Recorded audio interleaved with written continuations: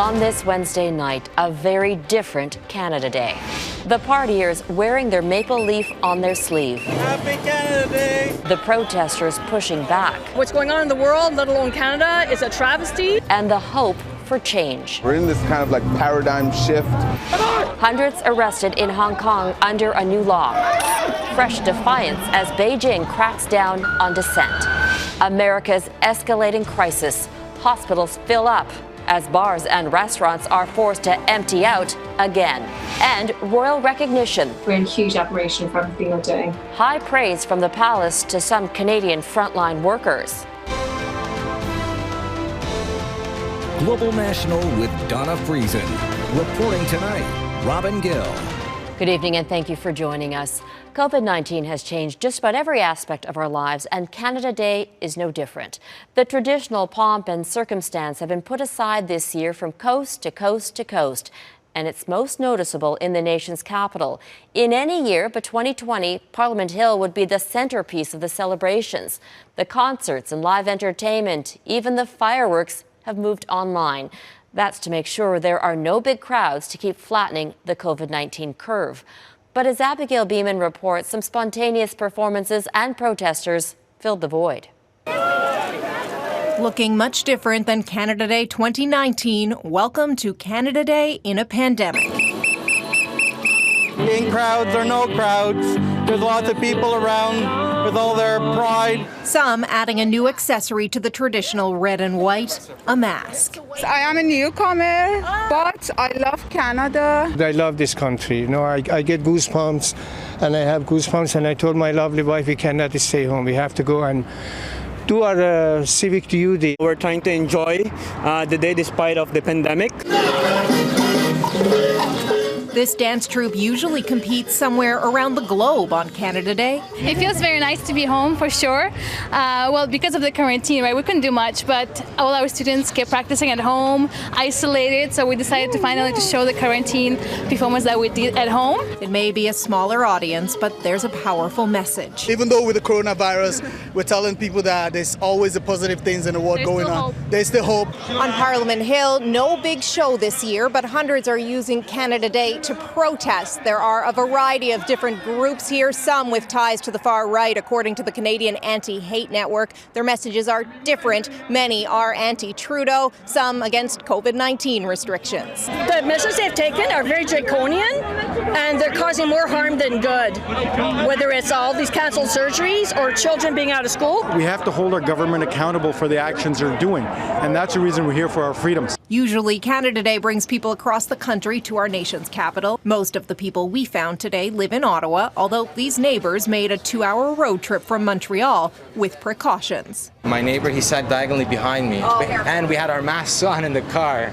Wow. Ooh, I'm sweating. People in Ottawa were able to partake in a common holiday tradition, cracking a cold one on a patio, including at the city's oldest bar. It predates Confederation. I come here for a quart of 50 every single year. For now, well, this would be over 30 years. Dennis Conde is hosting 4 families under 4 separate tents after this. This is a pre-party, get the tradition out of the way, and then go start the new tradition. Cheers. Happy Canada Day. Rolling with the pandemic punches on Canada's 153rd birthday. Abigail Bimman, Global News, Ottawa. There were peaceful protests today demanding Canada Day be cancelled. The new movement is being led by Indigenous rights groups at a time when many are demanding an end to racism. As Jeff Semple reports, protesters say they don't feel connected to Canada's colonial history and the injustices that have been carried out. Toronto's Kensington Market would normally be packed for Canada Day, but this year looked much different, and not only because of the pandemic. On the street, a group of artists painted the words, "Black Lives Matter." It's a different Canada Day for all of us. The national holiday comes in the midst of a national reckoning after weeks of mass protests demanding an end to racial inequality. We're in this kind of like paradigm shift that hopefully we can see further changes come out of this, systemic changes. One change came in Newfoundland and Labrador. The province will no longer recognize Discovery Day, the holiday criticized for celebrating Indigenous oppression. Yeah, I always found it kind of funny that we call it a discovery, even though that when the Europeans showed up, there was a bunch of people already here. So, just outrageous, really. I find. I mean, I don't feel that it's like hurting anybody by calling it Discovery Day. Do you? Riley Yesno sure does. Canada is something that's happened to us. The Indigenous former member of the Prime Minister's Youth Council says Canada Day should be marked with somber reflection. You have an obligation to, really know this history, to honor this history in a way that, the people who did not benefit from colonialism are asking you to. The hashtag Cancel Canada Day was trending online, sparking a fierce debate. Crowds carrying that message planned protests across the country. But some say they're doing both, protesting and celebrating. I'm a Canadian. And I'm proud of it. This 82-year-old from St. John's spent his life fighting for black rights and working with youth. He just received a volunteer award from the Governor General. It's really one of the big surprises. Growing up in the 40s and 50s, Thomas wasn't allowed in certain restaurants or hotels. The recent Black Lives Matter protest in his hometown felt like a culmination of his life's work. After 82 years, and this is the first time I've seen so many people come out in the community and support. He says he's proud to be a Canadian at a moment like this. Jeff Semple, Global News, Toronto. We have some developing news tonight from the world of hockey. After weeks of negotiations, the NHL has reportedly narrowed its picks for 2 hub cities, and both are in Canada. According to multiple sports networks, Edmonton and Toronto have been selected as the host cities when the league returns to play later this summer. The deal still needs to be finalized, but TSN and others say it's looking very likely that Western Conference teams will go to Edmonton and Eastern teams will go to Toronto. Reports say a vote on the final plan could happen later this week. The NHL had been considering a number of American cities, including Las Vegas, but the league reportedly shifted its attention north because of the growing concerns over the pandemic in the U.S., which is the world's hotspot. For weeks now, case numbers in that country have been spiking. In Arizona today, authorities reported nearly 4,900 new cases. That is by far the biggest jump in daily cases in the state since the start of the pandemic. Across the U.S., more than 2.6 million people have now been affected with COVID-19. And with the July 4th holiday just around the corner, authorities fear it's just going to get worse. As Jackson Proskow reports, they're pleading with Americans to celebrate at home. Across California, restaurants have been ordered to close immediately, joining shuttered bars and beaches as cases surge. 99% of ICU beds are full. In the ICU, we're doing everything we can, but we're not getting there. We're not saving our patients like we want to. In Arizona, a record-shattering number of new infections, while in Texas, hospitals are on the verge of being overwhelmed. Any healthcare system in the world will be pushed to the brink with this kind of exponential curve. Rising numbers in at least 30 states have created a dire situation. There are fears the worst days are yet to come. I'm worried that hospitals are starting to run out of beds. We are starting to run out of protective equipment. So I still think there's some serious challenges ahead. There's now a stark divide in the U.S. between the places where the virus is under control and those where it's running rampant. New York, New Jersey, and Connecticut have imposed a mandatory quarantine on travelers from 16 states and will start tracking the names of new arrivals. We'd like the Port Authority police, working with the airlines to get those names and share them with the city, and then our test and trace corps can follow up with every single one. New York has also taken indoor dining off the menu. It was supposed to resume next week. While Washington, D.C. has told residents to skip Independence Day celebrations this weekend. Ask yourself, do you need to be there? Ask yourself, can you anticipate or know who all is going to be around you? There's still no cohesive national strategy in the U.S., but late Wednesday, President Donald Trump changed his tune on a key public health recommendation, wearing a mask. I'm all for masks. I think masks are good. I would wear, if I were in a group of people and I was close. You would wear one? Oh, I would. Oh, I have. I mean, people have seen me wearing one. Trump still doesn't support a national mask mandate and still hasn't worn one in public, moves that might convince skeptical Americans to don a face covering. The fear is that unless something drastic changes, the pandemic will become a runaway train. 19 states are now pausing or scaling back their reopening plans. It may be too late. Robin? Jackson Proskow in Washington. It's not just the U.S. recording major increases in cases. Infection numbers are going up right around the world. As of tonight, more than 10.5 million people have contracted the virus, and more than 510,000 people have died. In Brazil, news outlets are reporting more than 60,000 people have now died, and more than 1.4 million people have been infected. That makes Brazil the world's hardest hit country after the United States. India is also struggling to get the virus under control. It's reported a major spike in infections. More than 18,000 people have tested positive and more than 500 people died in just 24 hours. Some cities are struggling to deal with the swelling number of patients. In Australia, authorities are taking a tough approach to get a new outbreak under control. Around 300,000 people living in suburbs around Melbourne are now in lockdown after a spike in cases. Anyone who breaks the rules and leaves the lockdown zone faces up to 6 months in jail. China's grip on Hong Kong just got officially tighter as Beijing's contentious national security law went into effect. Pro-democracy groups accuse China of breaking its promise of keeping Hong Kong independent, a vow it made when the British handed over the territory 23 years ago today. As Crystal Gamansing reports, the communist government may want to silence those who don't believe in its iron rule, but they're not staying quiet. July 1st is a special day marking the anniversary of Britain's handover of Hong Kong to China. But with the pomp and ceremony, civil unrest. The new national security law is now in effect, giving more powers to police to clamp down on dissent.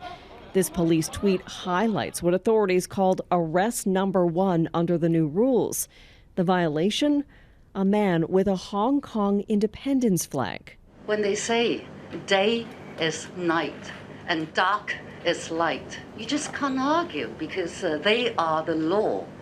But this is not rule of law. This is not even rule by law. This is rule by decree. G7 nations, including Canada and the UK, urged China not to impose its rules on the territory. For more than a year now, pro-democracy supporters have been fighting what they see as China clawing back freedoms. Hong Kong's executive Carrie Lam called the new legislation the most important development in the relationship between Beijing and Hong Kong since the 1997 handover. The UK doesn't see it that way. It violates Hong Kong's high degree of autonomy and is in direct conflict with Hong Kong basic law. The law also threatens the freedoms and rights protected by the joint declaration. Britain will now allow more than 300,000 Hong Kong citizens with British passports a 5-year stay. Hong Kong has one of the largest overseas populations of Canadians. The government renewed its safety warnings over the possibility of violence. Sherry Wong says anyone critical of the Chinese government is at risk. Their families could be questioned by secret police. They could be put into detention, and I know that my work has already endangered them. It's unclear if people charged under the security law will be tried in Hong Kong or in mainland China. It was a proposed extradition law that sparked mass protests to begin with. Crystal Gamansing, Global News, London. China has sentenced a Canadian woman to 8 years in prison. Sun Qian pleaded guilty Tuesday to charges related to being a member of the outlawed spiritual movement Falun Gong. Former Justice Minister Irwin Cotler, who has helped with Sun's case, calls it an unsettling show trial and that she was unjustly sentenced. 2 other Canadians are languishing in China. Michael Kovrig and Michael Spavor were charged with espionage last month after more than 500 days in detention. They were both arrested in December 2018 in what's widely seen as retaliation for Canada's arrest of Huawei executive Meng Wanzhou. Toyota's no longer at the top. Coming up, the automaker that's jolted the motor industry. Plus, crash on camera when a car dealership becomes a drive-through.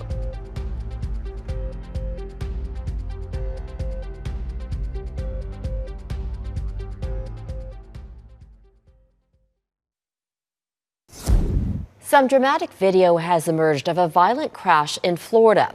A surveillance camera captured a car flying across several lanes and then slamming into a car dealership. Moments later, a person was seen leaving the scene. The driver was taken to hospital with injuries, and multiple vehicles were damaged.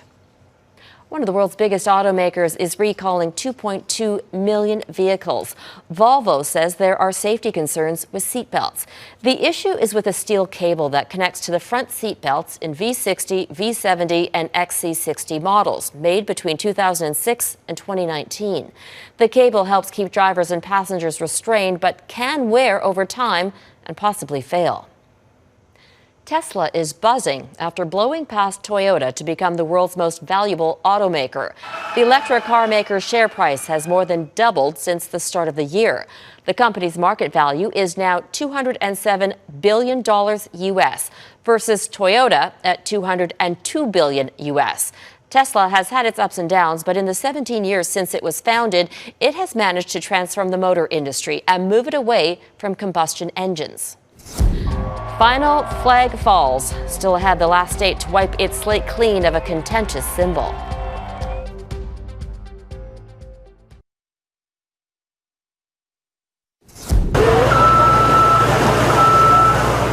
Another symbol of racism and oppression in the U.S. South has been removed. The city of Richmond, Virginia, ordered a statue of Confederate General Stonewall Jackson pulled from its pedestal. It stood there for more than a century. Calls to remove monuments honoring Confederate history have grown in the wake of anti-racism protests across the U.S., with protesters pulling them down themselves worldwide. Confederate statues, monuments, and the Confederate flag are viewed as both symbols of pride and hate, and have represented a sharp political divide over racial equality in America. What happened in Virginia today and with the state flag of Mississippi earlier this week are major historic milestones to try and heal America's deep divide. Eric Sorensen reports. Mississippi has flown this flag for more than 125 years, its Confederate emblem protected by the state's white majority. 36-14 it passes. So it was shocking to see the Mississippi House and Senate both vote overwhelmingly to take it down once and for all. For some, mostly whites, the Confederate flag represents Southern pride. That flag is flown for so many years, and it has a lot of good meaning to it and very little bad. I think it needs to stay the same. But for blacks and many others, it promotes the darkest racist sentiments in America. I know firsthand what it feels like to see a Confederate flag and pretend it doesn't have a racist, violent, or oppressive overtone. It screams hate, and it hurts me to my core. The flag was the emblem of the Confederate Army in the U.S. Civil War. It fought in part to keep slavery in America.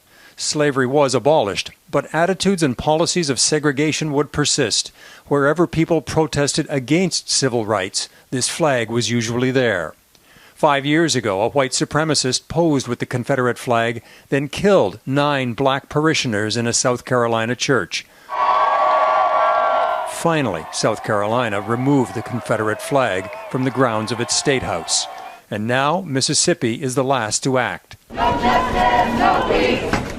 The killing of George Floyd seems to have finally pushed Americans, even white Mississippians, to recognize the systemic racism that blacks have always faced in America. This entire state is screaming for change. The nation is watching. They want to know what we as a state stand for. From the toppling of romanticized statues of Confederate generals to removing racial stereotypes like Aunt Jemima products, the wave of change for racial justice has been strikingly public. NASCAR racing no longer associates itself with the flag, leaving it to its fans alone, who've long viewed it as part of their culture. It's not a racial thing, it's a heritage thing. But that's what's so important about Mississippi's decision. It's taking down a symbol of racial disharmony from the last highest official level in any state. I knew we could not continue to operate under the negative pall of that flag. I knew we couldn't do that. For many Americans, the Confederate flag in Mississippi held a place of prominence that it didn't deserve and will no longer have. Eric Sorensen, Global News. Up next, the brass show bowing out on Canada's birthday.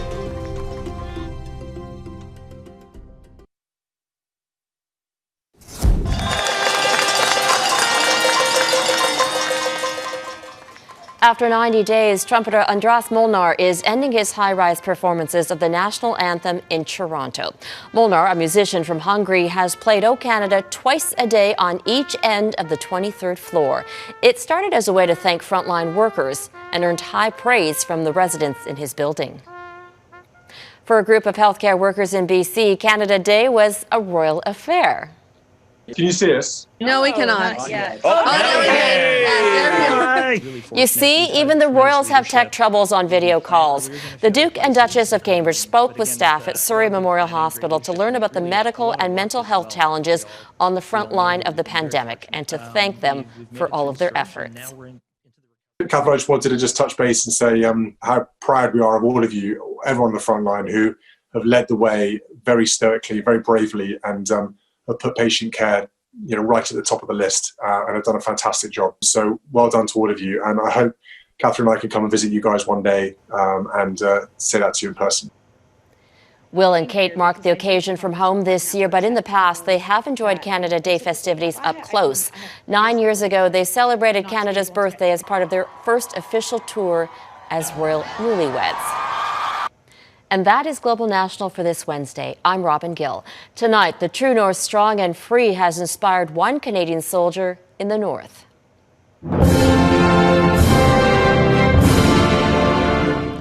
Gurdeep Punder of the Canadian Armed Forces is wearing his national pride while dancing Bhangra in Yukon.